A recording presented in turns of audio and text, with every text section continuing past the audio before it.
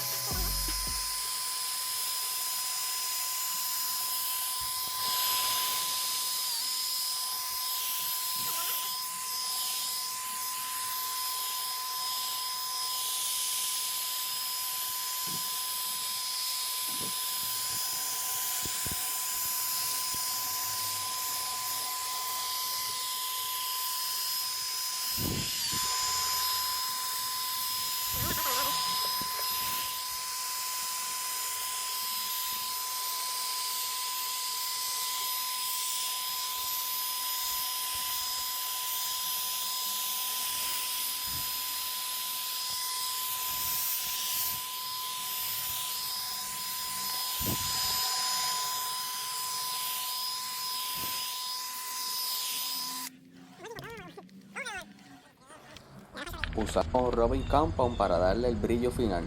Este sería el último paso.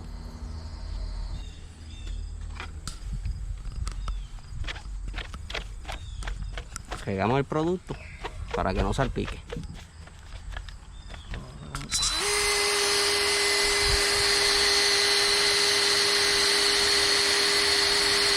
Para un mejor resultado hay que hacerlo lento, no lo pueden hacer muy rápido.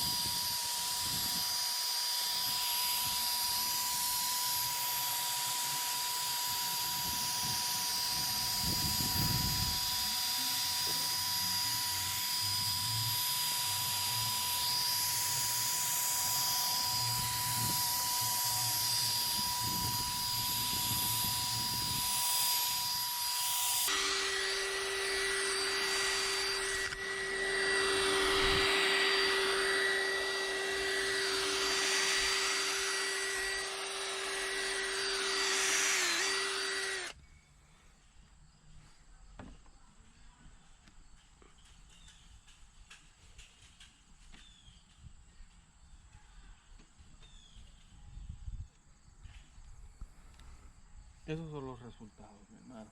Así queda después del trabajo del producto de 3M a comparado Ahí está.